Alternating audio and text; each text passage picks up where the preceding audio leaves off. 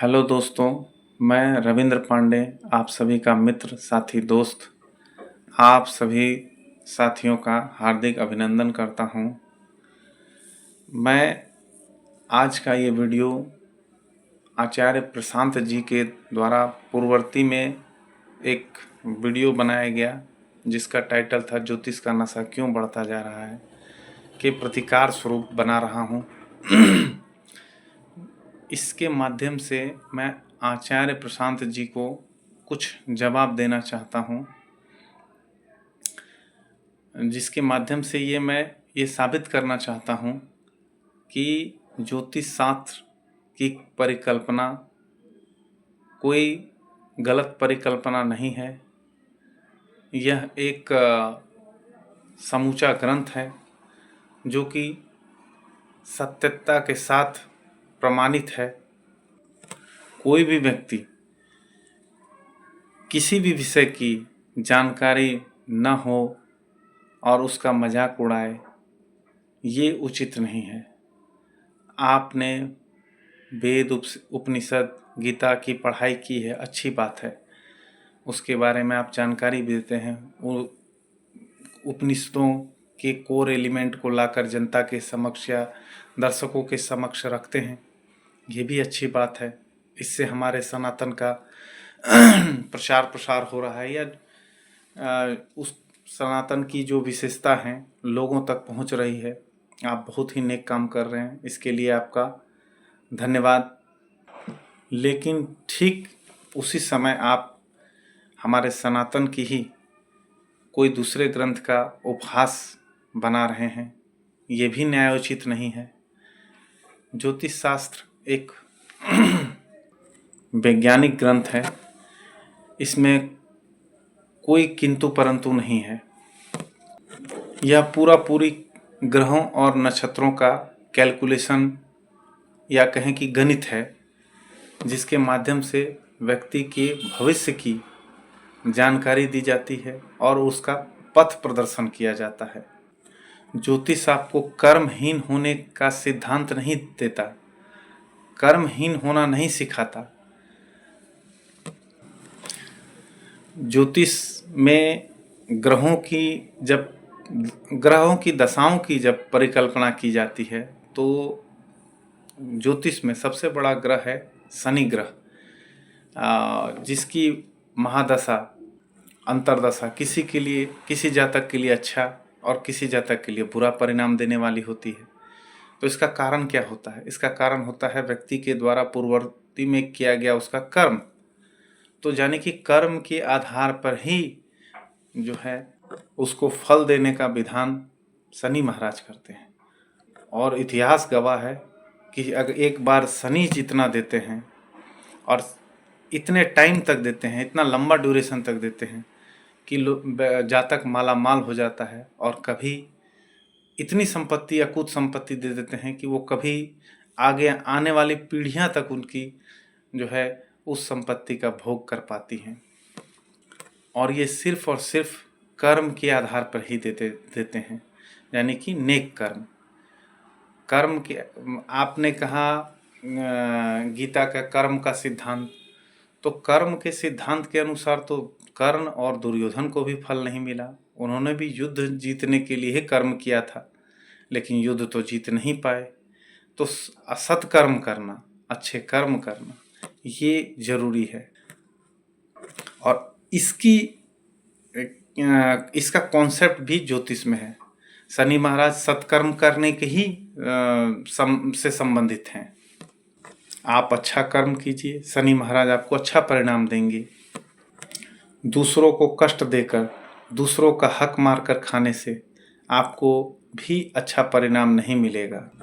ये भी हमारा ज्योतिष शास्त्र सिखाता है। ज्योतिष शास्त्र कहीं से भी हमें भाग्यवादी नहीं बनाता। ज्योतिष शास्त्र में ग्रहों की परिकल्पना की जाती है, और किसी किसी जातक का जब बताया जाता है कि आपकी ये दशा खराब है, ये घर में आपका राहु का प्लेसमेंट या ये प्लेसमेंट जो आपको खराब रिजल्ट देगा, तो उसका उपाय बताने के क्रम में ये भी बताया जाता है कि हाँ आप ये कर्म कीजिए, आप अंधे को खाना खिलाइए, आप कुत्ते को खाना दीजिए, आप इसको ये दान कीजिए। तो ये आपको, ये आपका जो पूर्ववर्ती में किया गया कर्म है, उसको, गलत कर्म है, उसको कहीं ना कहीं डाइल्यूट कर देगा और आपको अच्छे रिजल्ट दे देगा। 100% ना सही, लेकिन उसको, उस दुष्प्रभाव को, जो पूर्ववर्ती में किए गए कर्म का दुष्प्रभाव है, उसको थोड़ा बहुत कम कर देगा। जैसे कि किसी जातक के मृत्यु का योग अगर कुंडली में बन रहा है, तो उसको भी डाइल्यूट करने का प्रावधान है। उस मृत्यु को मृत्युतुल्य कष्ट में परिवर्तित किया जा सकता है कुछ उपचार के माध्यम से, जैसे कि महामृत्युंजय जाप हो, और बहुत से दान पुण्य के माध्यम से। अब इसमें भी बहुत लोगों को आपत्ति हो जाती है कि ब्राह्मणों को दान देना। ब्राह्मणों का दान हर जगह नहीं दिया जाता है। ब्राह्मण खुद दान करने की व्यवस्था करते हैं, गरीबों को, वंचितों को, अंधों को, अपंगों को। सभी ग्रह के अलग अलग उपाय हैं। धार्मिक स्थल और मंदिर या धार्मिक स्थल में चढ़ावा की, तो आप इस बात को इस तरह से नहीं कह सकते कि ज्योतिष शास्त्र को भी पंडितों ने अपने अनुसार, अपने लाभ के लिए तैयार किया है। ये बात बिल्कुल गलत है। ज्योतिष शास्त्र जातक के मार्ग, भविष्य के मार्ग को प्रशस्त करने के लिए, उसके भविष्य में सफलता को सुनिश्चित करने में उसका साथ देने के लिए बनाया गया है। आप इसको कलयुग का वरदान ही समझ सकते हैं कि जो महर्षि पराशर ने महाभारत के काल में बृहद पराशर होरा शास्त्र नामक ग्रंथ लिखकर लोगों को उपलब्ध कराई। ये बात भी बिल्कुल सत्य है कि आज के युग में ज्योतिष शास्त्र का बाजारीकरण किया जा रहा है और इससे गलत ढंग से लोग लाभ उठा रहे हैं। लोगों को मिसगाइड किया जा रहा है, भ्रमित किया जा रहा है।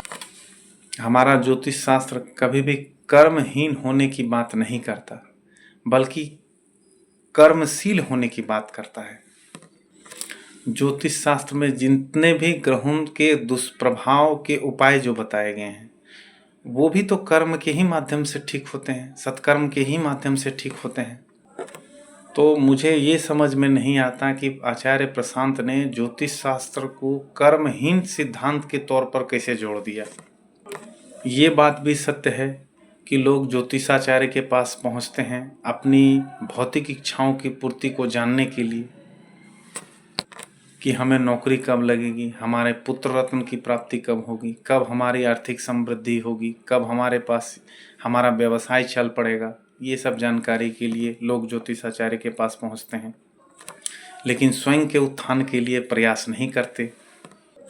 आपने कहा सत्यम शिवम सुंदरम शिवोहम शिवोहम, लेकिन सभी व्यक्ति इस बात को की अनुभूति नहीं कर पाते कि हमारा जो मानव जन्म है सिर्फ भौतिक सुविधाओं की प्राप्ति के लिए सीमित नहीं है।